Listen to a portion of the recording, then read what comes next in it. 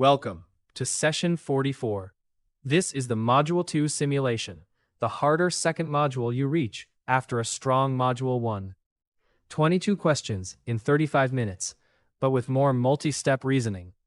We'll cover what changes and the strategy to handle it. You'll learn what makes Module 2 harder, how to use elimination on tough questions, and how to work through multi-step problems calmly. First, the mindset. If Module 2 feels harder than Module 1, that's a great sign. It means your strong first module routed you to the high-ceiling version.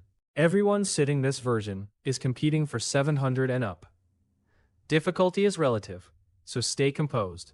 The questions are tougher for everyone, not just you. Here's what changes. Multi-step reasoning becomes the norm, not the exception. You'll see more abstract algebra and function work, and more questions that combine two domains at once.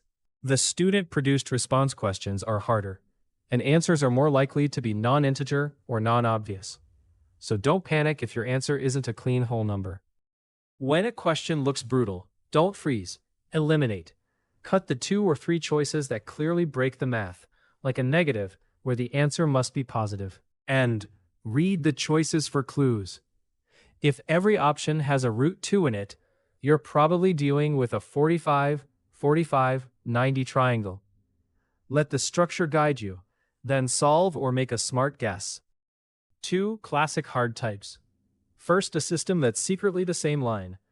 Rewrite 3x minus 2y equals 12 as y equals 3 halves x minus 6, which is identical to the other equation, so there are infinitely many solutions.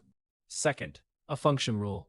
If f of x plus 2 equals f of x plus 5, just step up. F of 3 is 8, f of 5 is 13, f of 7 is 18. Build it one step at a time. A revenue model is a downward parabola, and its maximum is at the vertex.